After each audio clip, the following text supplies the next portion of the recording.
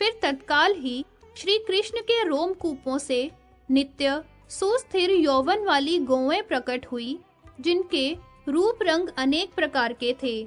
बहुतेरे बलिवर्द सुरभि जाति की गौएं, नाना प्रकार के सुंदर सुंदर बछड़े और अत्यंत मनोहर श्याम वर्ण वाली बहुत सी कामधेनु गायें भी वहां तत्काल प्रकट हो गई।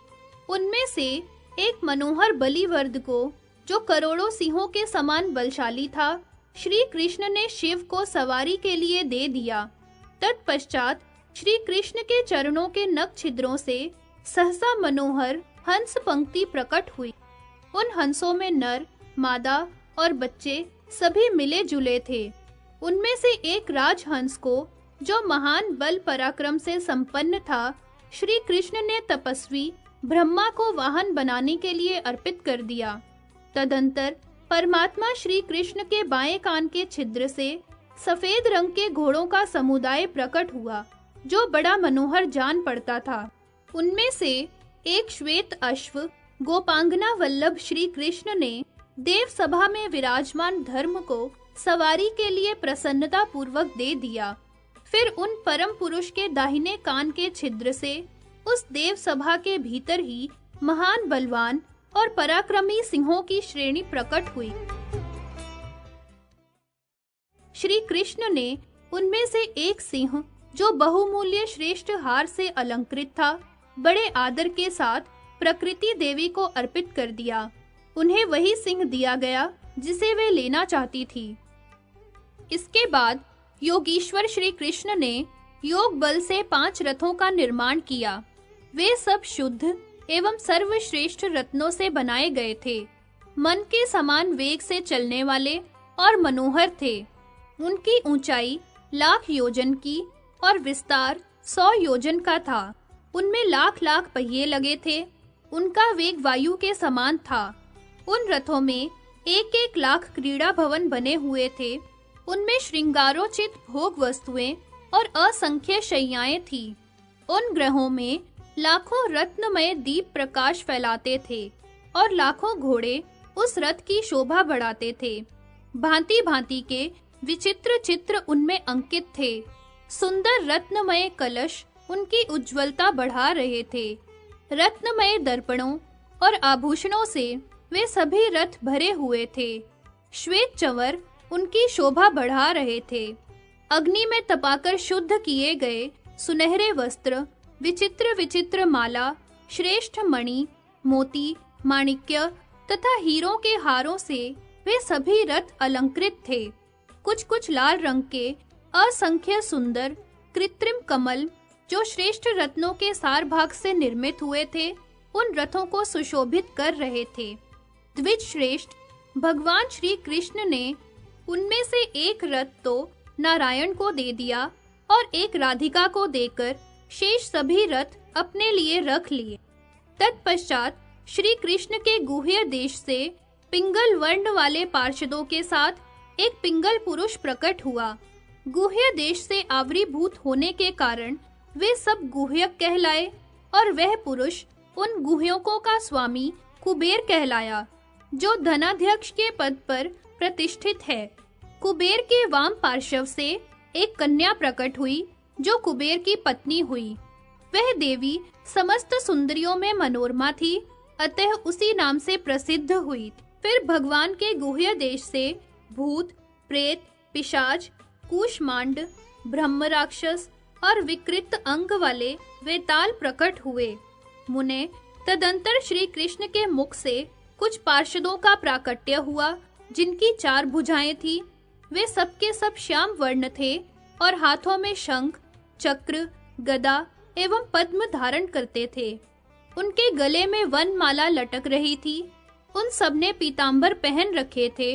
उनके मस्तक पर किरीट, कानों में कुंडल तथा अन्यान्य अंगों में रत्नमय आभूषण शोभा दे रहे थे। श्री कृष्ण ने वे 4 भुजाधारी पार्षद नारायण को दे दिए। गुह्यकों को उनके स्वामी कुबेर के हवाले किया और भूत प्रेत आदि भगवान शंकर को अर्पित कर दिए। तदंतर श्री कृष्ण के चरणार विंदों से द्विभुज पार्षद प्रकट हुए जो श्याम वर्ण के थे और हाथों में जप माला लिए हुए थे। वे श्रेष्ठ पार्षद निरंतर आनंद पूर्वक भगवान के चरण कमलों का ही चिंतन करते थे। श्री कृष्ण ने उन्हें दास्य कर्म में नियुक्त किया। वे दास यत्न पूर्वक अर्घ्य लिए प्रकट हुए थे। वे सभी कृष्ण परायण वैष्णव थे। उनके सारे अंग पुलकित थे, नेत्रों से अश्रु झर रहे थे और वाणी गदगद थी। उनका चित्त केवल भगवत चरणार विंदों के चिंतन में ही संलग्न रहता था। इसके बाद श्री कृष्ण के दाहिने नेत्र से भयंकर गण प्रकट हुए, जो हाथों में त्रिशूल और पट्टिश लिए हुए थे। उन सबके 3 नेत्र थे और मस्तक पर चंद्राकार मुकुट धारण करते थे। वे सबके सब विशालकाय तथा दिगंबर थे, प्रज्वलित अग्निशिखा के समान जान पड़ते थे। वे सभी महान भाग्यशाली भैरव कहलाए। वे शिव के समान ही तेजस्वी थे। रूरू भैरव, संहार भैरव, काल भैरव, असित भैरव, क्रोध भैरव, भीषण भैरव, महाभैरव तथा खटवांग भैरव, ये 8 भैरव माने गए हैं। श्री कृष्ण के बाएं नेत्र से एक भयंकर पुरुष प्रकट हुआ, जो त्रिशूल, पट्टिश, व्याघ्र चर्ममय वस्त्र और गदा धारण किए हुए था। वह दिगंबर, विशालकाय, त्रिनेत्रधारी और चंद्राकार मुकुट धारण करने वाला था। वह महाभाग पुरुष ईशान कहलाया, जो दिक्पालों का स्वामी है। इसके बाद श्री कृष्ण की नासिका के छिद्र से डाकिनियां, योगिनियां तथा सहस्त्रों क्षेत्रपाल प्रकट हुए। इनके सिवा उन परम पुरुष के पृष्ठ देश से सहसा 3 करोड़ श्रेष्ठ देवताओं का प्रादुर्भाव हुआ, जो दिव्य मूर्तिधारी थे। श्री कृष्ण का नारायण आदि को लक्ष्मी आदि का पत्नी रूप में दान, महादेव जी का दार संयोग में अरुचि प्रकट करके निरंतर भजन करने के लिए वर मांगना, तथा भगवान का उन्हें वर देते हुए उनके नाम आदि की महिमा बताकर उन्हें भविष्य में शिवा से विवाह की आज्ञा देना, तथा शिवा आदि को मंत्रादि उपदेश करना। सौती कहते हैं, तदनंतर श्री कृष्ण ने श्रेष्ठ रत्नों की माला के साथ महालक्ष्मी और सरस्वती, इन 2 देवियों को भी नारायण के हाथ में सादर समर्पित कर दिया। तत्पश्चात ब्रह्मा जी को सावित्री, धर्म को मूर्ति, कामदेव को रूपवती, रति और कुबेर को मनोरमा सादर प्रदान। इसी तरह अन्यान्य स्त्रियों को भी पतियों के हाथ में दिया। जो स्त्री जिस से प्रकट हुई थी, उस रूपवती सती को उसी पति के हाथों में अर्पित किया। तदनंतर सर्वेश्वर श्री कृष्ण ने योगियों के गुरु शंकर जी को बुलाकर प्रिय वाणी में कहा, आप देवी सिंहवाहिनी को ग्रहण करें। श्री कृष्ण का यह वचन सुनकर नील लोहित शिव हंसे और डरते हुए विनित भाव से उन प्राणेश्वर प्रभु अच्युत से बोले। महादेव जी ने पहले प्रकृति के दोष बताकर उसे ग्रहण न करने की इच्छा प्रकट, फिर इस प्रकार कहा। श्री महेश्वर बोले, नाथ, मुझे ग्रहणी नहीं चाहिए, मुझे तो मनचाहा वर दीजिए। जिस सेवक को जो अभीष्ट हो, श्रेष्ठ स्वामी उसे वही वस्तु देते हैं। मैं आपकी भक्ति में लगा रहूं, आपके चरणों की दास्ता सेवा करता रहूं, ये लालसा मेरे हृदय में निरंतर बढ़ रही है। आपके नाम जप से, आपके चरण कमलों की सेवा से मुझे कभी तृप्ति नहीं होती है। मैं सोते जागते हर समय अपने 5 मुखों से आपके नाम और गुणों का, जो मंगल के आश्रय हैं, निरंतर गान करता हुआ सर्वत्र विचरा करता हूँ। मेरा मन कोटि कोटि कल्पों तक आपके स्वरूप का ध्यान करने में ही तत्पर रहे, भोगेच्छा में नहीं। ये योग और तपस्या में ही संलग्न रहे। आपकी सेवा, पूजा, वंदना और नाम कीर्तन में ही इसे सदा उल्लास प्राप्त हो। इनसे विरत होने पर ये उद्विग्न हो उठे। संपूर्ण वरों के ईश्वर, आपके नाम और गुणों का स्मरण, कीर्तन, श्रवण, जप, आपके मनोहर रूप का ध्यान, आपके चरण कमलों की सेवा, आपकी वंदना, आपके प्रति आत्मसमर्पण और नित्य आपके नैवेद्य का भोजन, ये जो 9 प्रकार की भक्ति है, उसी को मुझे श्रेष्ठ वरदान मानकर दीजिए। प्रभु, श्राष्टि, सालोक्य, सारूप्य, सामीप्य, साम्य और लीनता मुक्त पुरुष, ये 6 प्रकार की मुक्तियां बताते हैं। अणिमा, लघिमा, गरिमा, प्राप्ति, प्राकाम्य, महिमा, इशित्व, वशित्व, सर्वकामवासीयता, सर्वज्ञता, दूर श्रवण, परकाय प्रवेश, वाक सिद्धि, कल्पवृक्ष तत्व, सृष्टि सिद्धि, संहार शक्ति, अमरत्व और सर्वाग्र गण्यता, ये 18 सिद्धियां मानी गई है।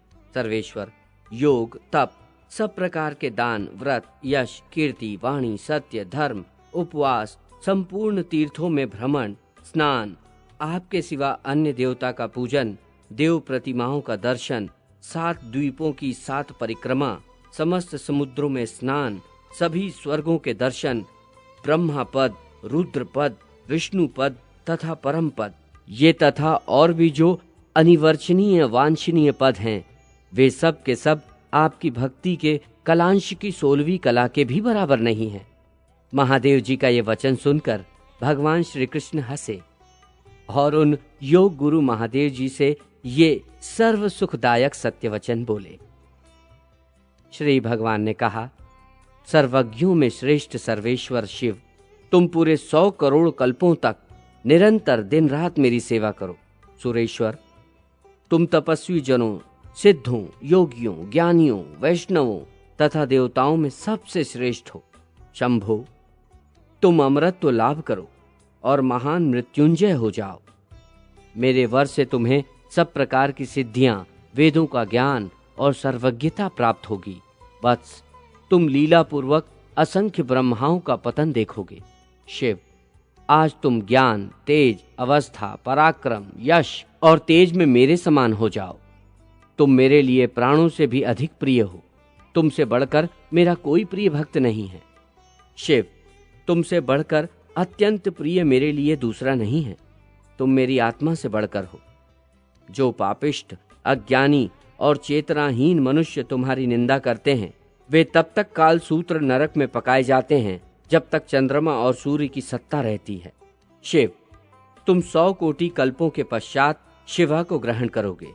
मेरा वचन कभी व्यर्थ नहीं होता। तुम्हें इसका पालन करना चाहिए। तुम मेरे और अपने वचन का भी पालन करो। शंभो, तुम प्रकृति को ग्रहण करके दिव्य सहस्त्र वर्षों तक महान सुख और श्रृंगार रस का आस्वादन करोगे। इसमें संशय नहीं है। तुम केवल तपस्वी नहीं हो, मेरे समान ही महान ईश्वर हो, जो स्वेच्छामय ईश्वर है। वो समय अनुसार ग्रही, तपस्वी और योगी हुआ करता है।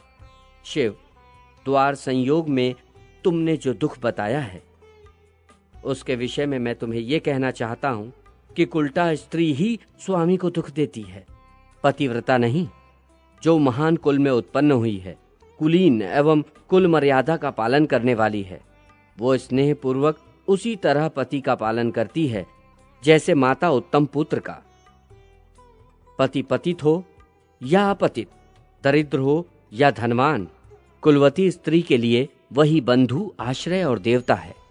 जो नीच कुल में उत्पन्न हुई है, जिनमें माता पिता के बुरे शील, स्वभाव और आचरण का सम्मिश्रण हुआ है, तथा जो परपुरुषों के उपभोग में आने वाली है, अवश्य वे ही स्त्रियां सदा पति की निंदा करती हैं। जो पति को हम दोनों से भी बढ़कर देखती हैं और समझती हैं, वो सती साध्वी स्त्री गोलोक में अपने स्वामी के साथ कोटि कल्पों तक आनंद भोगती है।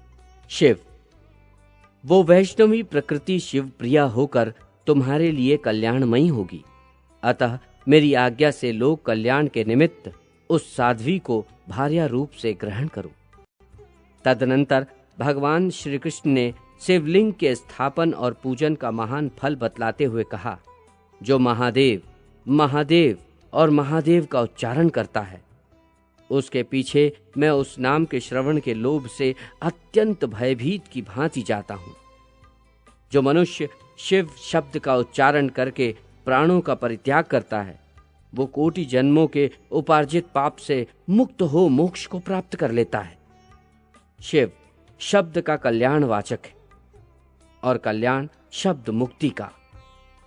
शिव के उच्चारण से मोक्ष या कल्याण की प्राप्ति होती है, इसलिए महादेव जी को शिव कहा गया है। धन और भाई बंधुओं का वियोग होने पर जो शोक सागर में डूब गया हो, वो मनुष्य शिव शब्द का उच्चारण करके सर्वथा कल्याण का भागी होता है। शी पाप नाशक अर्थ में है। और वह मोक्षदायक अर्थ में। महादेव जी मनुष्यों के पाप हंता और मोक्षदाता हैं, इसलिए उन्हें शिव कहा गया है। जिसकी वाणी में शिव ये मंगलमय नाम विद्यमान है, उसके करोड़ों जन्मों का पाप निश्चय ही नष्ट हो जाता है। शूलधारी महादेव जी से ऐसा कहकर भगवान श्री कृष्ण ने उन्हें कल्प वृक्ष मंत्र और मृत्युंजय तत्व ज्ञान दिया। तत्पश्चात वे सिंह वाहिनी दुर्गा से बोले। श्री भगवान ने कहा, वत्से, इस समय तुम गोलोक में मेरे पास रहो। फिर समय आने पर कल्याण के आश्रयभूत मंगलदाता शिव को पति रूप में प्राप्त करोगी। सुमुखी, संपूर्ण देवताओं के तेज पुंज से प्रकट हो समस्त दैत्यों का संहार करके तुम सबके द्वारा पूजित होगी। तदनंतर कल्प विशेष में सतयुग आने पर तुम दक्ष कन्या सती होगी और शिव की सुशीला गृहिणी बनोगी। फिर यज्ञ में अपने स्वामी की निंदा सुनकर शरीर का त्याग कर दोगी और हिमवान की पत्नी मेना के गर्भ से जन्म लेकर पार्वती नाम से विख्यात होगी। उस समय सहस्त्र दिव्य वर्षों तक शिव के साथ विहार करोगी। तत्पश्चात तुम सर्वदा के लिए पति के साथ पूर्णतः अभिन्नता प्राप्त कर लोगी। सुरेश्वरी, प्रतिवर्ष प्रशस्त समय में समस्त लोकों में तुम्हारी शरतकालिक पूजा होगी। गांवों में, नगरों में तुम ग्राम देवता के रूप में पूजित होगी तथा विभिन्न स्थानों में तुम्हारे पृथक पृथक मनोहर नाम होंगे। मेरी आज्ञा से शिव रचित नाना प्रकार के तंत्रों द्वारा तुम्हारी पूजा की जाएगी। मैं तुम्हारे लिए स्तोत्र और कवच का विधान करूंगा। तुम्हारे सेवक ही महान और सिद्ध होंगे तथा धर्म, अर्थ, काम एवं मोक्ष रूप के फलभागी होंगे। माता, पुण्य क्षेत्र भारतवर्ष में जो तुम्हारी सेवा पूजा करेंगे, उनके यश, कीर्ति, धर्म और ऐश्वर्य की वृद्धि होगी। प्रकृति से ऐसा कहकर भगवान ने उसे काम बीज क्लिंग सहित एकादशाक्षर मंत्र का उपदेश दिया, जो परम उत्तम मंत्र राज कहा गया है। फिर विधि पूर्वक ध्यान का उपदेश दिया तथा भक्तों पर अनुग्रह करने के लिए श्री, श्रीम, माया, ह्रीम तथा काम, क्लीम बीज सहित दशाक्षर मंत्र का उपदेश दिया। साथ ही सृष्टि के लिए उपयोगी शक्ति और मनोवांछित वस्तु प्रदान करने वाली संपूर्ण सिद्धि देकर भगवान ने प्रकृति को उत्कृष्ट तत्व ज्ञान भी प्रदान किया।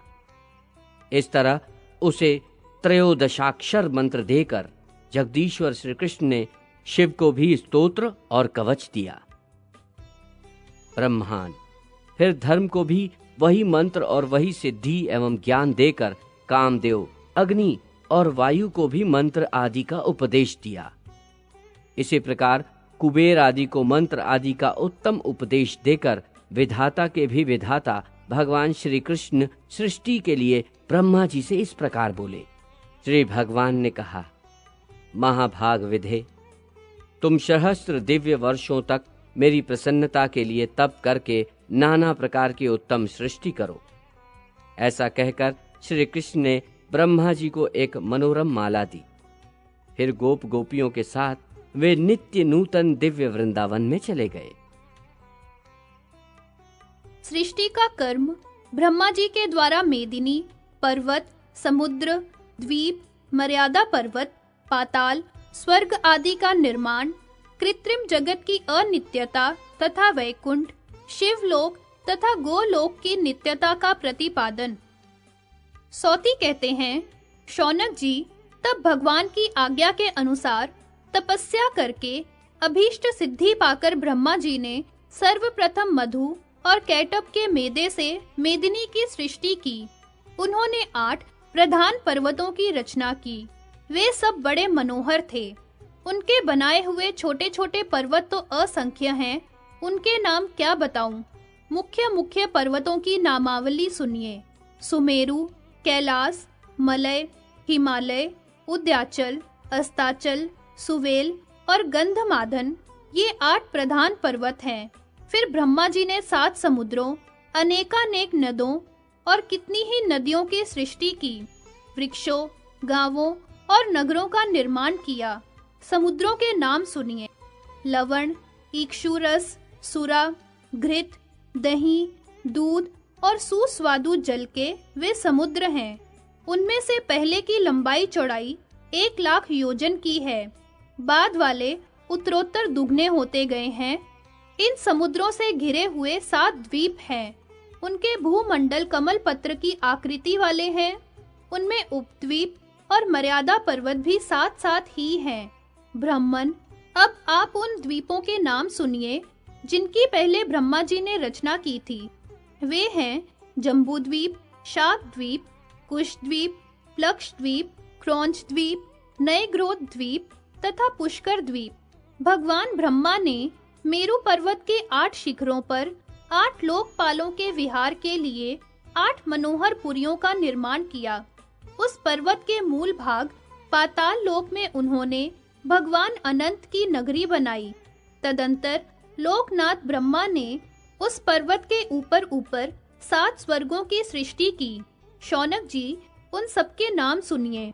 भूरलोक, भुवरलोक, परम मनोहर स्वरलोक, महरलोक, जनलोक, तपोलोक तथा सत्यलोक।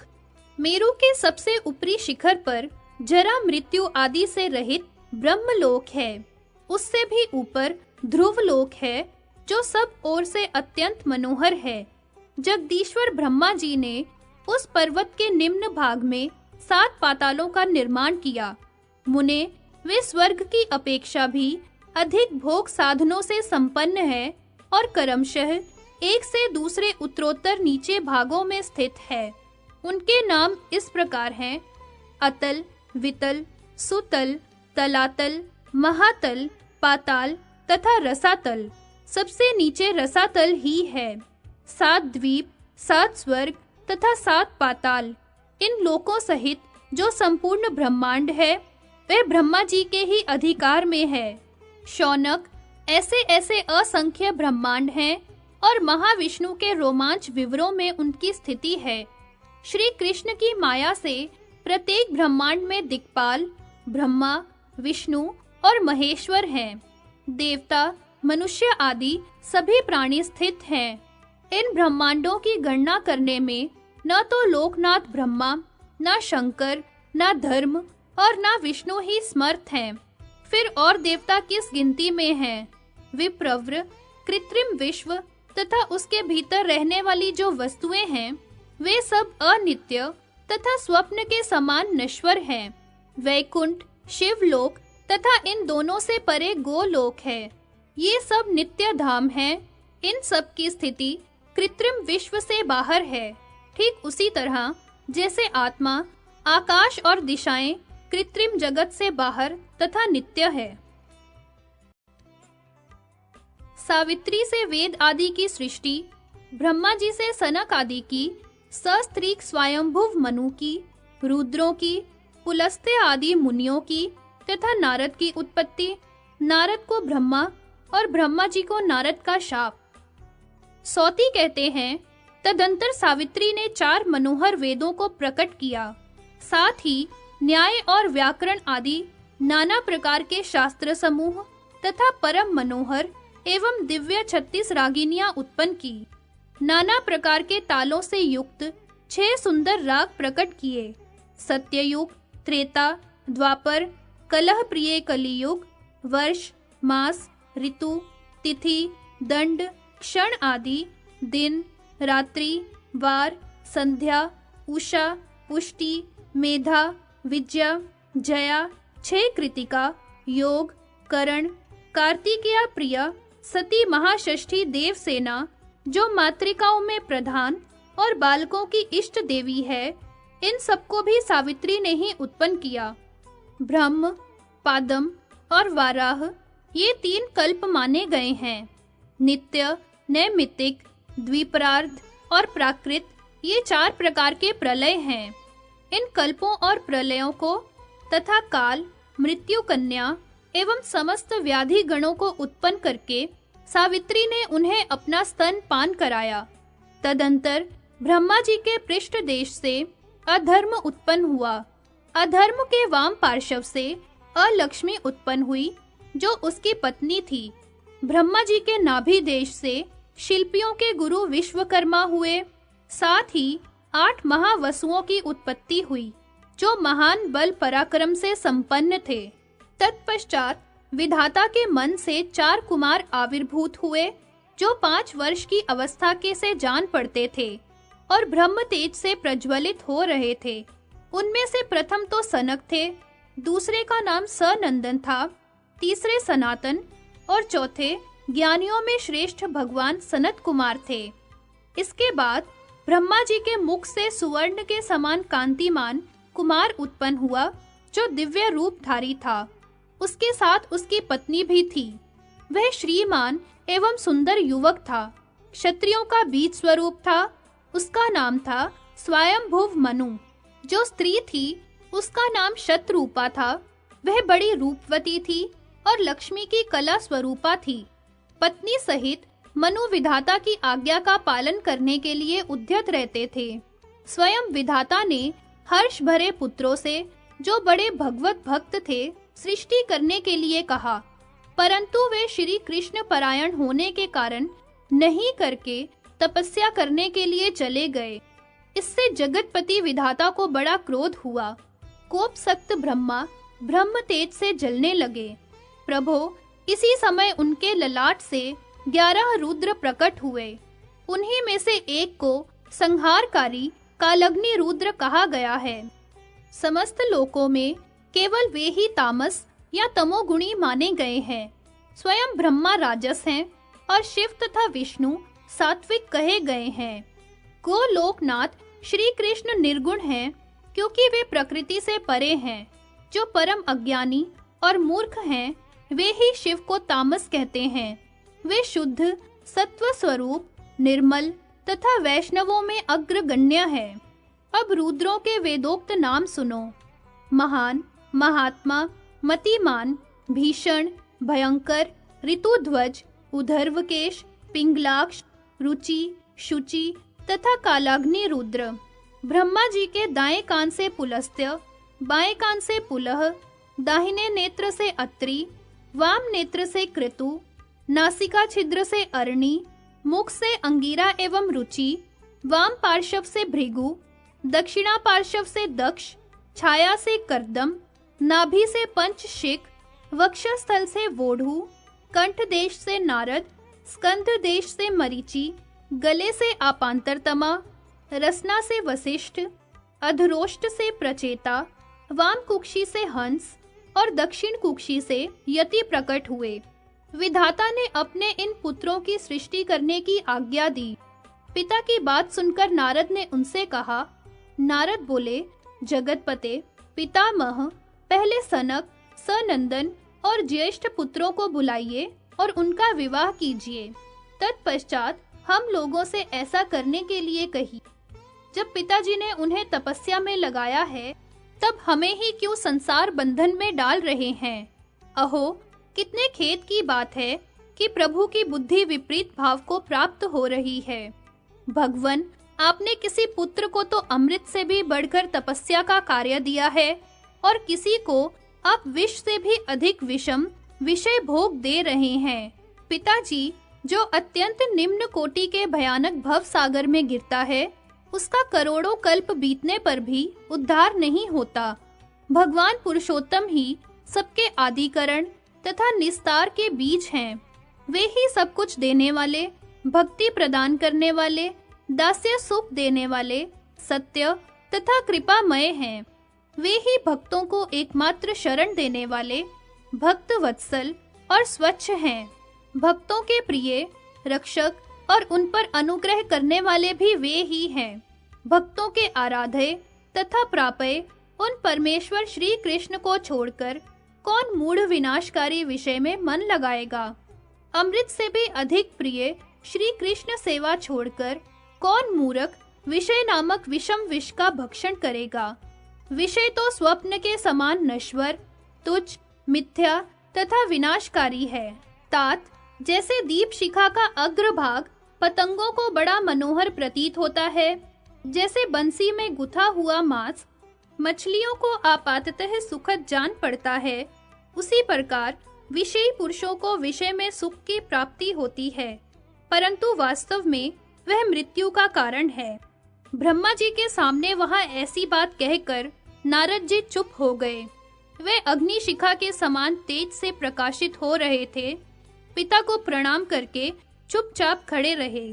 उनकी बात सुनकर ब्रह्मा जी रोष से आग बबूला हो उठे।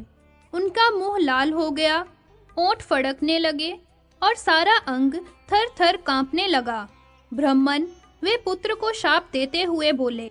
ब्रह्मा जी ने कहा, नारद, मेरे शाप से तुम्हारी ज्ञान का लोप हो जाएगा। तुम कामिनियों के क्रीड़ा मृग बन जाओगे, उनके वशीभूत होगे। तुम 50 कामिनियों के पति बनो। श्रृंगार शास्त्र के ज्ञाता, श्रृंगार रसास्वादन के लिए अत्यंत लोलुप तथा नाना प्रकार के श्रृंगार में निपुण लोगों के गुरु के भी गुरु हो जाओगे। गंधर्वों में श्रेष्ठ पुरुष होगे। सुमधुर स्वर से युक्त उत्तम गायक बनोगे। वीणा वादन संदर्भ में पारंगत तथा सुस्थिर यौवन से युक्त होगे। विद्वान, मधुर भाषी, शांत, सुशील, सुंदर और सुबुद्धि होंगे, इसमें संशय नहीं है। उस समय उपबरहण नाम से तुम्हारी प्रसिद्धि होगी। उन कामिनियों के साथ युगों तक निर्जन वन में विहार करके फिर मेरे शाप से दासी पुत्र होगे। बेटा, तदंतर वैष्णवों के संसर्ग से और उनकी जूठन खाने से तुम पुनः श्री कृष्ण की कृपा प्राप्त करके मेरे पुत्र रूप में प्रतिष्ठित हो जाओगे। उस समय मैं पुनः तुम्हें दिव्य एवं पुरातन ज्ञान प्रदान करूंगा। इस समय मेरी आंख से ओझल हो जाओ और अवश्य ही नीचे गिरो। ब्रह्मन पुत्र से ऐसा कहकर जगतपति ब्रह्मा चुप हो गए और नारद जी रोने लगे। उन्होंने दोनों हाथ जोड़कर पिता से कहा। नारद बोले, तात, तात, जगत गुरु, आप अपने क्रोध को रोकिए। आप सृष्टा हैं, तपस्वियों के स्वामी हैं। अहो, मुझ पर आपका यह क्रोध अकारण ही हुआ है। विद्वान पुरुष को चाहिए कि वह कुमार्गगामी पुत्र को शाप दे अथवा उसका त्याग कर दे। आप पंडित होकर अपने तपस्वी पुत्र को शाप देना कैसे उचित मानते हैं? ब्रह्मन, जिन जिन योनियों में मेरा जन्म हो, भगवान की भक्ति मुझे कदापि न छोड़े, ऐसा वर प्रदान कीजिए। जगत सृष्टा का ही पुत्र क्यों ना हो, यदि भगवान श्री हरि के चरणों में उसकी भक्ति नहीं है, तो वह भारत भूमि में सुअर से भी बढ़कर अधम है। जो अपने पूर्व जन्म का स्मरण रखते हुए श्री हरि की भक्ति से युक्त होता है, वह सुअर की योनियों में जन्म ले तो भी श्रेष्ठ है, क्योंकि उस भजन रूपी कर्म से वह गोलोक में चला जाता है। जो गोविंद के चरणार विंदों की भक्ति रूप मनोवांछित मकरंद का पान करते रहते हैं, उन वैष्णव आदि के स्पर्श से सारी पृथ्वी पवित्र हो जाती है। पितामह, पापी लोग स्नान करके तीर्थों को जो पाप दे देते हैं, अपने उन पापों का भी प्रक्षालन करने के लिए सब तीर्थ वैष्णव महात्माओं का स्पर्श प्राप्त करना चाहते हैं। अहो, भारतवर्ष में श्री हरि के मंत्र का उपदेश देने और लेने मात्र से कितने ही मनुष्य अपने करोड़ों पूर्वजों के साथ मुक्त हो गए हैं। मंत्र ग्रहण करने मात्र से मनुष्य करोड़ों जन्मों के पाप से मुक्त एवं शुद्ध हो जाते हैं और पहले के कर्म को समूल नष्ट कर देते हैं। जो गुरु पुत्रों, पत्नियों, शिष्यों, सेवकों और भाई बंधुओं को उपदेश दे, उन्हें सन्मार्ग का दर्शन कराता है, उसे निश्चय ही उत्तम गति प्राप्त होती है। परंतु जो गुरु शिष्यों का विश्वास पात्र होकर उन्हें असन्मार्ग का दर्शन कराता है, कुमार्ग पर चलने के लिए प्रेरित करता है, वह तब तक कुंभीपाक नरक में निवास करता है जब तक सूर्य और चंद्रमा का अस्तित्व रहता है। वह कैसा गुरु, कैसा पिता, कैसा स्वामी और कैसा पुत्र है जो भगवान श्री कृष्ण के चरणार विंदों की भक्ति देने में समर्थ ना हो। चतुरानन, आपने बिना किसी अपराध के ही मुझे शाप दे दिया है, अतः बदले में मैं भी शाप दूं तो अनुचित ना होगा। मेरे शाप से संपूर्ण लोकों में कवच, स्तोत्र और पूजा सहित आपके मंत्र का निश्चय ही लोप हो जाए। पिताजी, जब तक 3 कल्प न बीत जाएं, तब तक तीनों लोकों में आप अपूज्य बने रहें। 3 कल्प बीत जाने पर आप पूजनियों के भी पूजनीय होंगे। सुव्रत, इस समय आपका यज्ञ भाग बंद हो जाए व्रत आदि में भी आपका पूजन न हो, केवल एक ही बात रहे, आप देवता आदि के वंदनीय बने रहें। पिता के सामने ऐसा कहकर नारद जी चुप हो गए और ब्रह्मा जी संतप्त हृदय से सभा में सुस्थिर भाव से बैठे रहे। शौनक जी, पिता के दिए हुए उस शाप के कारण ही नारद जी उपबर्हण नामक गंधर्व तथा दासी पुत्र हुए। तदंतर पिता से ज्ञान प्राप्त करके वे फिर महर्षि नारद हो गए। इस प्रसंग का अभी मैं आगे चलकर वर्णन करूंगा। मरीचि आदि ब्रह्म कुमारों तथा दक्ष कन्याओं की संतति का वर्णन। दक्ष के शाप से पीड़ित चंद्रमा का भगवान शिव की शरण में जाना, अपनी कन्याओं के अनुरोध पर दक्ष का चंद्रमा को लौटा लाने के लिए जाना, शिव की शरणागत वत्सलता तथा विष्णु की कृपा से दक्ष को चंद्रमा की प्राप्ति। सौती कहते हैं, विप्रवर शौनक, तदनंतर ब्रह्मा जी ने अपने पुत्रों को सृष्टि करने की आज्ञा दी। नारद को छोड़कर शेष सभी पुत्र सृष्टि के कार्य में संलग्न हो गए। मरीचि के मन से प्रजापति कश्यप का प्रादुर्भाव हुआ। अत्रि के नेत्रमल से क्षीर सागर में चंद्रमा प्रकट हुए। प्रचेता के मन से भी गौतम का प्राकट्य हुआ। मैत्रा वरुण पुलत्स्य के मानस पुत्र हैं। मनु से शतरूपा के गर्भ से 3 कन्याओं का जन्म हुआ, आकुति, देवहूति और प्रसूति। वे तीनों ही पवित्रता थीं। मनु शतरूपा से 2 मनोहर पुत्र भी हुए, जिनके नाम थे प्रियव्रत और उत्तानपाद। उत्तानपाद के पुत्र ध्रुव हुए, जो बड़े धर्मात्मा थे। मनु ने अपनी पुत्री आकुति का विवाह प्रजापति रुचि के साथ तथा प्रसूति का विवाह दक्ष के साथ कर दिया। इसी तरह देवहूति का विवाह संबंध उन्होंने कर्दम मुनि के साथ किया, जिनके पुत्र साक्षात भगवान कपिल हैं। दक्ष के वीर्य और प्रसूति के गर्भ से 60 कन्याओं का जन्म हुआ। उनमें से 8 कन्याओं का विवाह दक्ष ने धर्म के साथ किया। 11 कन्याओं को 11 रुद्रों के हाथ में दे दिया। 1 कन्या सती भगवान शिव को सौंप दी। 13 कन्याएं कश्यप को दे दी तथा 27 कन्याएं चंद्रमा को अर्पित कर दी। विप्रवर, अब मुझसे धर्म की पत्नियों के नाम सुनिए। शांत, पुष्ट, धृति, तुष्टि, क्षमा, श्रद्धा, मति और स्मृति। शांति का पुत्र संतोष और पुष्टि का पुत्र महान हुआ।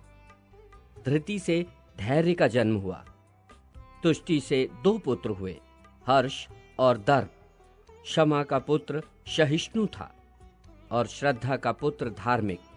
मति से ज्ञान नामक पुत्र हुआ और स्मृति से महान जाति स्मरक का जन्म हुआ। धर्म की जो पहली पत्नी मूर्ति थी, उससे नर नारायण नामक 2 ऋषि उत्पन्न हुए।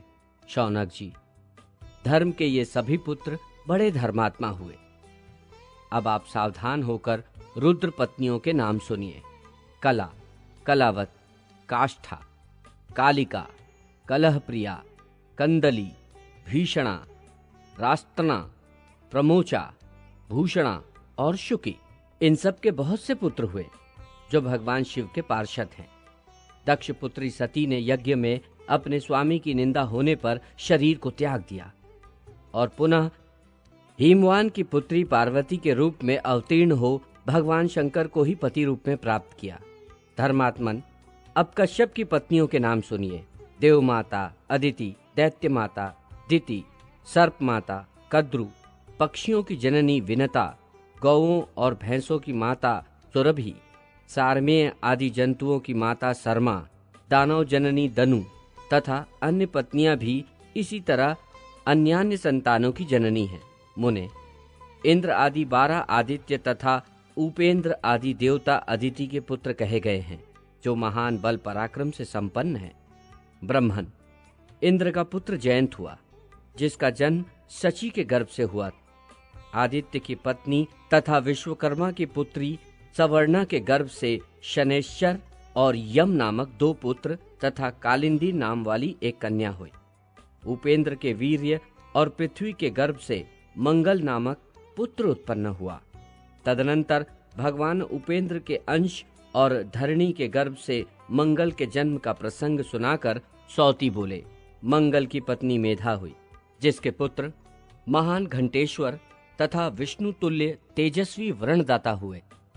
दिति से महाबली हिरण्यकश्यपु और हिरणाक्ष नामक पुत्र तथा सिंहिका नाम वाली कन्या का जन्म हुआ। सैहिकेय सिंहिका का ही पुत्र है। सिंहिका का दूसरा नाम निहृति भी था, इसलिए राहु को नैहृत कहते हैं। हिरणाक्ष को कोई संतान नहीं थी। वो युवावस्था में ही भगवान वाराह के हाथों मारा गया। हिरण्यकश्यपु के पुत्र प्रहलाद हुए, जो वैष्णवों में अग्रगण्य माने गए हैं। उनके पुत्र विरोचन हुए और विरोचन के पुत्र साक्षात राजा बलि।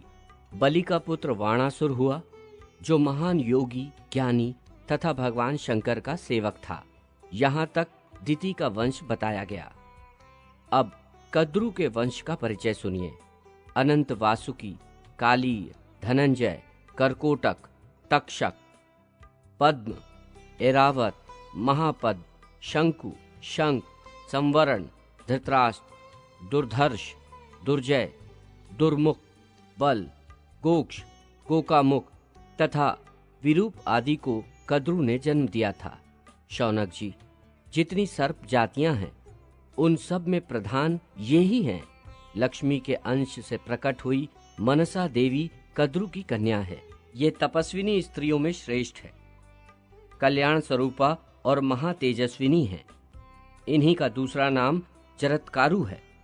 इन्हीं के पति मुनिवर जरत्कारु थे, जो नारायण की कला से प्रकट हुए थे। विष्णु तुल्य तेजस्वी आस्तिक इन्हीं मनसा देवी के पुत्र हैं। इन सब के नाम मात्र से मनुष्यों का नागों से भय दूर हो जाता है। यहाँ तक कद्रु के वंश का परिचय दिया गया। अब विनता के वंश का वर्णन सुनिए। विनता के दो पुत्र हुए, अरुण और गरुड़। दोनों ही विष्णु तुल्य पराक्रमी थे। उन्हीं दोनों से क्रमशः सारी पक्षी जातियां प्रकट हुईं।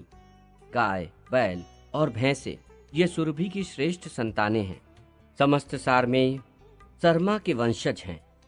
दनु के वंश में दाना हुए तथा अन्य स्त्रियों के वंशज अनन्यान्य जातियां।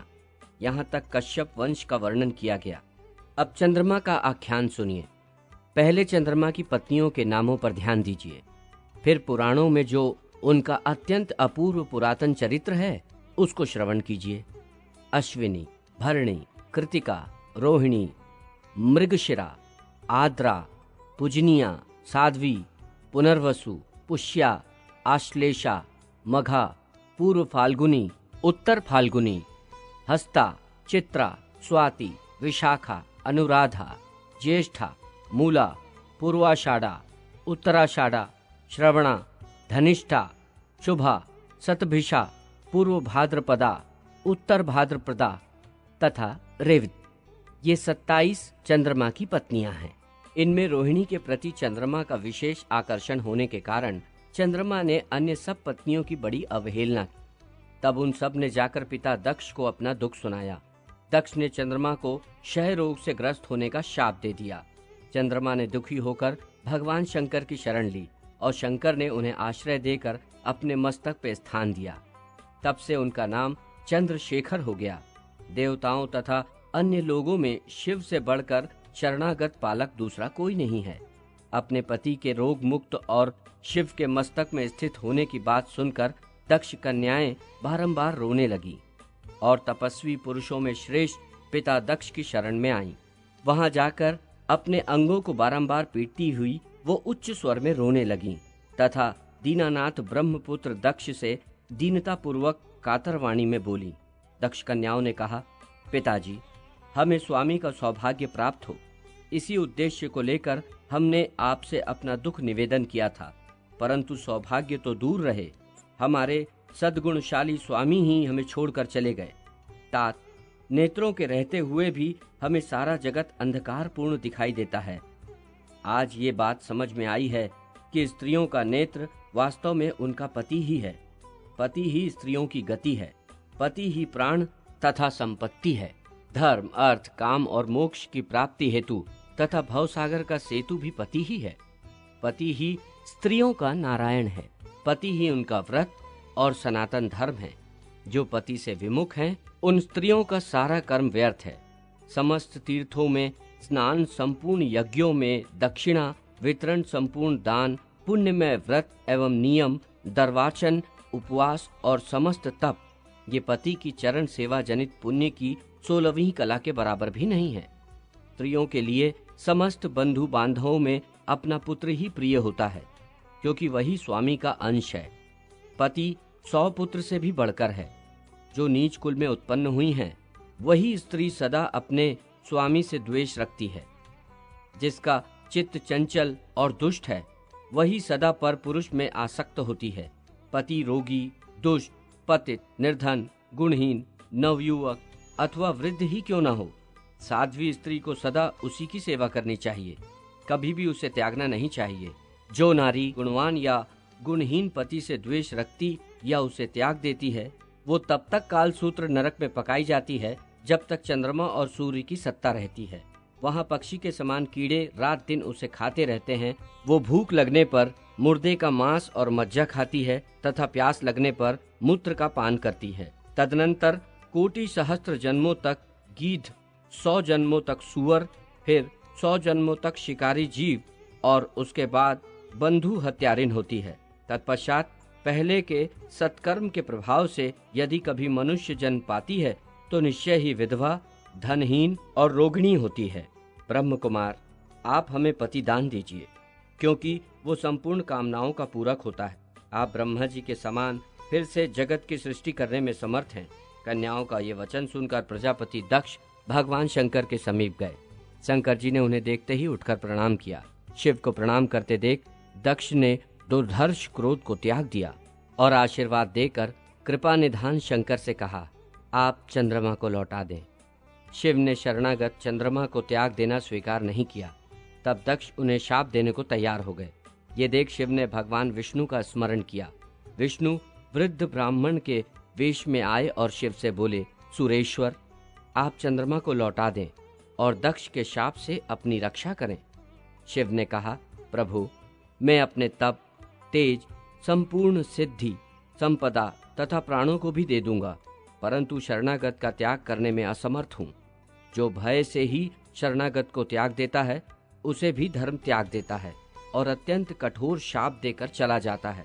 जगदीश्वर, मैं सब कुछ त्याग देने में समर्थ हूँ, परंतु स्वधर्म का त्याग नहीं कर सकता। जो स्वधर्म से हीन है, वो सबसे बहिष्कृत है। जो सदा धर्म की रक्षा करता है, धर्म भी उसकी रक्षा करता है।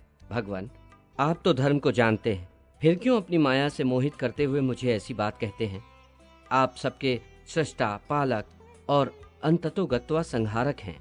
जिसकी आप में सुदृढ़ भक्ति है, उसे किसका भय हो सकता है? शंकर जी की ये बात सुनकर सबके भावों को जानने वाले भगवान श्री हरि ने चंद्रमा से चंद्रमा को खींचकर दक्ष को दे दिया। आधे चंद्रमा भगवान शिव के मस्तक पर चले गए और वहां रोग मुक्त होकर रहने लगे। दूसरे चंद्रमा को प्रजापति दक्ष ने ग्रहण किया, जिसे भगवान विष्णु ने दिया था। उस चंद्रमा को राजयक्ष्मा रोग से ग्रस्त देख दक्ष ने माधव का स्तवन किया। तब श्री हरि ने स्वयं ये व्यवस्था की कि एक पक्ष में चंद्रमा क्रमशः क्षीण होंगे और दूसरे पक्ष में क्रमशः पुष्ट होते हुए परिपूर्ण हो जाएंगे। ब्रह्मन उन सब को वर देकर श्री हरि अपने धाम को चले गए और दक्ष ने चंद्रमा को लेकर उन्हें अपनी कन्याओं को सौंप दिया। चंद्रमा उन सब को पाकर दिन रात उनके साथ विहार करने लगे और उसी दिन से उनको समभाव से देखने लगे। मुने, इस प्रकार मैंने यहाँ संपूर्ण सृष्टि क्रम का कुछ वर्णन किया है। इस प्रसंग को पुष्कर तीर्थ में मुनियों की मंडली के बीच गुरु जी के मुख से मैंने सुना था। जाति और संबंध का निर्णय। तदंतर सौती ने मुनि श्रेष्ठ बालखिल्य आदि, बृहस्पति, उतथ्य, पराशर, विश्रवा, कुबेर, रावण, कुंभकर्ण, महात्मा विभीषण, वात्स्य, शांडिल्य, सावर्णी, कश्यप तथा भरद्वाज आदि की ब्राह्मण, क्षत्रिय, वैश्य, शूद्र और अनेकानेक वर्ण संकर जातियों की उत्पत्ति के प्रसंग सुनाकर कहा, अश्विनी कुमार के द्वारा एक ब्राह्मणी के गर्भ से पुत्र की उत्पत्ति हुई। इससे उस ब्राह्मणी के पति ने पुत्र सहित पत्नी का त्याग कर दिया। ब्राह्मणी दुखित हो योगी के द्वारा देह त्याग कर गोदावरी नामक नदी हो गई। सूर्य नंदन अश्विनी कुमार ने स्वयं उस पुत्र को यत्न पूर्वक चिकित्सा शास्त्र, नाना प्रकार के शिल्प तथा मंत्र पढ़ाए, किंतु वह ब्राह्मण निरंतर नक्षत्रों की गणना करने और वेतन लेने से वैदिक धर्म से भ्रष्ट हो इस भूतल पर गणक हो गया। उस लोभी ब्राह्मण ने ग्रहण के समय तथा मृतकों के दान लेने के समय शूद्रों से भी अग्रदान ग्रहण किया था, इसलिए अग्रदानी हुआ। एक पुरुष किसी ब्राह्मण के यज्ञ में यज्ञ कुंड से प्रकट हुआ, वह धर्मवक्ता सूत कहलाया। वही हम लोगों का पूर्व पुरुष माना गया है। कृपा निधान ब्रह्मा जी ने उसे पुराण पढ़ाया। इस प्रकार यज्ञ कुंड से उत्पन्न सूत पुराणों का वक्ता हुआ। सूत के वीर्य और वैश्या के गर्भ से एक पुरुष की उत्पत्ति हुई जो अत्यंत वक्ता था। लोक में उसकी भट्ट संज्ञा हुई। वह सभी के लिए स्तुति पाठ करता है। यह मैंने भूतल पर जो जातियां हैं उनके निर्णय के विषय में कुछ बातें बताई हैं। वर्ण संकर दोष से और भी बहुत सी जातियां हो गई हैं। सभी जातियों में जिनका जिनके साथ सर्वथा संबंध है, उनके विषय में मैं वेदोक्त तत्व का वर्णन करता हूँ। जैसा कि पूर्व काल में ब्रह्मा जी ने कहा था, पिता, तात और जनक ये शब्द जन्मदाता के अर्थ में प्रयुक्त होते हैं। अम्बा, माता, जननी और प्रसू इनका प्रयोग गर्भधारिणी के अर्थ में होता है। पिता के पिता को पितामह कहते हैं और पितामह के पिता को प्रपितामह। इनसे ऊपर के जो कुटुंबी जन हैं, उन्हें सगोत्र कहा गया है। माता के पिता को मातामह कहते हैं। मातामह के पिता की संज्ञा प्रमातामह है और प्रमातामह के पिता को वृद्ध प्रमातामह कहा गया है। पिता की माता को पितामही और पितामही की सास को प्रपितामही कहते हैं। प्रपितामही की सास को वृद्ध प्रपितामही जानना चाहिए। माता की माता मातामही कही गई है। वह माता के समान ही पूजित होती है। प्रमातामह की पत्नी को प्रमातामही समझना चाहिए। प्रमातामह के पिता की स्त्री वृद्ध प्रमातामही जानने योग्य है। पिता के भाई को पितृव्य और माता के भाई को मातुल कहते हैं। पिता की बहन पितृश्वसा कही गई है और माता की बहन मासुरी। सुनु, तनय, पुत्र, दायात और आत्मज ये बेटे के अर्थ में परस्पर प्रायवाची शब्द हैं। अपने से उत्पन्न हुए पुरुष के अर्थ में धन, भाग और वीर्यत शब्द भी प्रयुक्त होते हैं। उत्पन्न की गई पुत्री के अर्थ में दुहिता, कन्या और आत्मजा शब्द प्रचलित हैं। पुत्र की पत्नी को वधू जानना चाहिए और पुत्री के पति को जामाता। प्रियतम पति के अर्थ में पति, प्रिय, भर्ता और स्वामी आदि शब्द प्रयुक्त होते हैं। पति के भाई को देवर कहा गया है और पति की बहन को ननांदा। पति के पिता को श्वशुर और पति की माता को श्वश्रु कहते हैं। भार्या, जाया, प्रिया, कांता और स्त्री ये पत्नी के अर्थ में प्रयुक्त होते हैं। पत्नी के भाई को शयालक और पत्नी की बहन को शयालिका कहते हैं। पत्नी की माता को श्वश्रु तथा पत्नी के पिता को श्वशुर कहा गया है।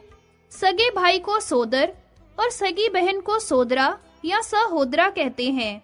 बहन के बेटे को भागिने कहते हैं और भाई के बेटे को भ्रातृज। बहनोई के अर्थ में आबुत आदि शब्दों का प्रयोग होता है। साली का पति भी अपना भाई ही है, क्योंकि दोनों के ससुर एक हैं। मुने, श्वशुर को भी पिता जानना चाहिए। वह जन्मदाता पिता के ही तुल्य है। अन्नदाता भय से रक्षा करने वाला, पत्नी का पिता, विद्यादाता और जन्मदाता ये 5 मनुष्यों के पिता हैं। अन्नदाता की पत्नी, बहन, गुरु पत्नी, माता, सौतेली माँ, बेटी, बहू, नानी, दादी, सास, माता की बहन, पिता की बहन, चाची और मामी ये 14 माताएं हैं। पुत्र के अर्थ में पौत्र शब्द का प्रयोग होता है तथा उसके भी पुत्र के अर्थ में प्रपौत्र शब्द का। प्रपौत्र के भी जो पुत्र आदि हैं वे वंशज तथा कुलज कहे गए हैं। कन्या के पुत्र को दौहित्र कहते हैं और उसके जो पुत्र आदि हैं वे बांधव कहे गए हैं। भांजे के जो पुत्र आदि पुरुष हैं, उनकी भी बांधव संज्ञा है। भतीजे के जो पुत्र आदि हैं, वे ज्ञाति माने गए हैं। गुरु पुत्र तथा भाई, इन्हें पोष्य एवं परम बांधव कहा गया है। मुने, गुरु पुत्री और बहन को भी पोष्या तथा मातृ तुल्य माना गया है। पुत्र के गुरु को भी भ्राता मानना चाहिए, वह पोष्य तथा सुस्निग्ध बांधव कहा गया है। पुत्र के श्वशुर को भी भाई समझना चाहिए, वह वैवाहिक बंधु माना गया है। बेटी के श्वशुर के साथ भी यही संबंध बताया गया है। कन्या का गुरु भी अपना भाई ही है, वह सुस्निग्ध बांधव माना गया है। गुरु और श्वशुर के भाइयों का भी संबंध गुरु तुल्य ही कहा गया है। जिसके साथ बंधुत्व हो उसे मित्र कहते हैं। जो सुख देने वाला है उसे मित्र जानना चाहिए, और जो दुख देने वाला है वह शत्रु कहलाता है। देववश कभी बांधव भी दुख देने वाला हो जाता है, और जिससे कोई भी संबंध नहीं है वह सुखदायक बन जाता है। विप्रवर, इस भूतल पर मनुष्यों के विद्या जनित, योनि जनित और प्रीति जनित ये 3 प्रकार के संबंध कहे गए हैं। मित्रता के संबंध को प्रीति जनित संबंध जानना चाहिए। वह संबंध परम दुर्लभ है। मित्र की माता और मित्र की पत्नी ये माता के तुल्य हैं, इसमें संशय नहीं है। मित्र के भाई और पिता मनुष्यों के लिए चाचा ताऊ के समान आदरणीय हैं। सूर्य के अनुरोध से सुतपा का अश्विनी कुमारों को शाप मुक्त करना तथा संध्या निरत वैष्णव ब्राह्मण की प्रशंसा। शौनक जी ने पूछा, महाभाग सूत नंदन, उस ब्राह्मण ने अपनी पत्नी का त्याग करके शेष जीवन में कौन सा कार्य किया? अश्विनी कुमारों के नाम क्या हैं? वे दोनों किसके वंशज हैं? सौती बोले, ब्राह्मण। उन ब्राह्मण देवता का नाम सुतपा था। वे भरद्वाज कुल में उत्पन्न बहुत बड़े मुनि थे। उन्होंने पहले हिमालय पर रहकर भगवान श्री कृष्ण की प्रसन्नता के लिए दीर्घ काल तक तपस्या की थी। उस समय वे महातपस्वी और तेजस्वी मुनि ब्रह्म तेज से जाज्वल्यमान दिखाई देते थे। एक दिन उन्हें सहसा आकाश में क्षण भर के लिए श्री कृष्ण ज्योति का दर्शन हुआ। उस बेला में उन्होंने भगवान से यह वर मांगा, प्रभो, मैं आत्मनिष्ठ हो प्रकृति से परे सर्वथा निर्लिप्त रहूं। उन्होंने मोक्ष नहीं मांगा। भगवान से उनकी अविचल दास्य भक्ति के लिए याचना की। तब आकाशवाणी हुई, ब्राह्मण, पहले स्त्री परिग्रह करो, उसके बाद भोग संबंधी प्रारब्ध के क्षीण हो जाने पर मैं तुम्हें अपनी दास्य भक्ति दूंगा। तदंतर स्वयं ब्रह्मा जी ने उन्हें पितरों की मानसी कन्या प्रदान की। मुनि प्रवर शौनक, उसके गर्भ से कल्याण मित्र नामक पुत्र का जन्म हुआ। उस बालक के स्मरण मात्र से किसी को अपने ऊपर वज्र या बिजली गिरने का भय नहीं रहता। इतना ही नहीं, कल्याण मित्र के स्मरण से निश्चय ही उन बंधुजनों की भी प्राप्ति हो जाती है जिनका दर्शन असंभव होता है। तदंतर महामुनि सुतपा ने किसी कारणवश कल्याण मित्र की माता का परित्याग करके उसी समय सहसा पूर्व अपराध का स्मरण हो आने से सूर्य पुत्र अश्विनी कुमार को भी शाप दिया, देवाधम, तू अपने भाई के साथ यज्ञ भाग से वंचित और अपूज्य हो जा। तेरा अंग व्याधिग्रस्त और जड़ हो जाए, तू अकीर्तिमान हो जाए। यों कहकर सुतपा अपने पुत्र कल्याण मित्र के साथ घर चले गए। तब सूर्य देवता दोनों अश्विनी कुमारों के साथ उनके निकट गए। शौनक, त्रिलोकीनाथ सूर्य ने अपने रोगग्रस्त पुत्रों के साथ मुनिवर सुतपा का दर्शन करके उनकी स्तुति करते हुए कहा, सूर्य बोले, भगवन, युग युग में प्रकट होने वाले विष्णु स्वरूप ब्राह्मण देवता मुनीश्वर भारद्वाज, आप मेरे पुत्रों का अपराध क्षमा करें। ब्रह्मा, विष्णु तथा महेश्वर आदि सब देवता सदा ब्राह्मण के ही दिए हुए फल, फूल और जल आदि का उपभोग करते हैं। ब्राह्मणों द्वारा ही आवाहित होते हुए देवता सदा सब लोकों में पूजित होते हैं। ब्राह्मण से बढ़कर दूसरा कोई देवता नहीं है। ब्राह्मण के रूप में साक्षात श्री हरि ही प्रकट होते हैं। ब्राह्मण के संतुष्ट होने पर साक्षात नारायण देव संतुष्ट होते हैं तथा नारायण देव के संतुष्ट होने पर संपूर्ण देवता संतुष्ट हो जाते हैं। गंगा जी के समान कोई तीर्थ नहीं है। भगवान श्री कृष्ण से बढ़कर कोई देवता नहीं है। शंकर जी से बड़ा वैष्णव नहीं है और पृथ्वी से बढ़कर कोई सहनशील नहीं है। सत्य से बड़ा कोई धर्म नहीं है। पार्वती जी से बढ़कर सती साध्वी स्त्री नहीं है। देव से बड़ा कोई बलवान नहीं है तथा पुत्र से अधिक दूसरा कोई प्रिय नहीं है। रोग के समान शत्रु, गुरु से बढ़कर पूजनीय, माता के तुल्य बंधु तथा पिता से बढ़कर दूसरा कोई मित्र नहीं है। सूर्य का यह वचन सुनकर भारद्वाज सुतपा मुनि ने उनको प्रणाम किया और अपनी तपस्या के फल से उनके दोनों पुत्रों को रोग मुक्त कर दिया। फिर कहा, देवेश्वर, आगे चलकर आपके दोनों पुत्र यज्ञ भाग के अधिकारी होंगे। यों कह सुतपा मुनि ने भगवान सूर्य को प्रणाम किया और तपस्या के क्षीण होने के भय से भयभीत हो श्री हरि की सेवा में मन लगाकर गंगा तट को प्रस्थान किया। तत्पश्चात भगवान सूर्य दोनों पुत्रों के साथ अपने धाम को चले गए। विद्वान हो या विद्याहीन, जो ब्राह्मण प्रतिदिन संध्या वंदन करके पवित्र होता है, वही भगवान विष्णु के सामने वंदनीय है। यदि वह भगवान से विमुख हो तो आदर का पात्र नहीं है।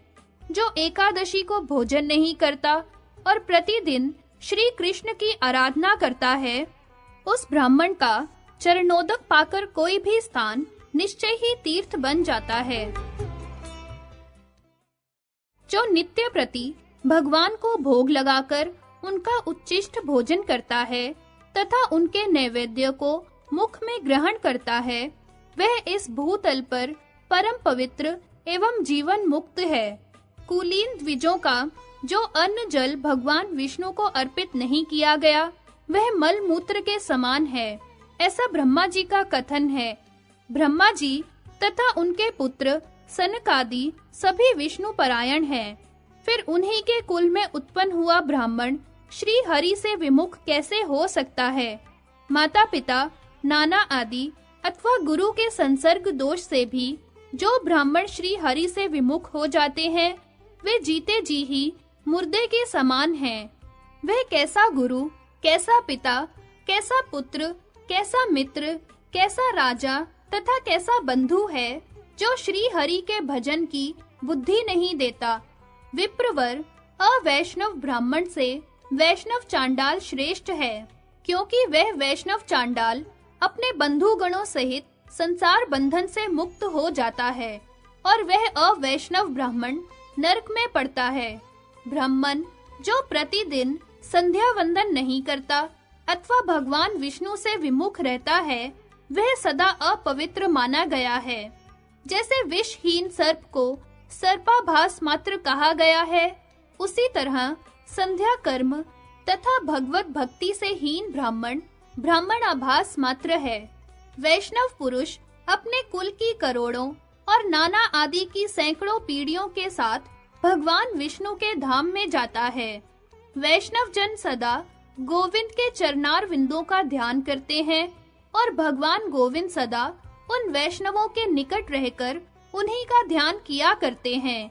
भक्तों की रक्षा के लिए सुदर्शन चक्र को नियुक्त करके भी श्री हरि निश्चिंत नहीं होते हैं, इसलिए स्वयं भी उनके पास मौजूद रहते हैं।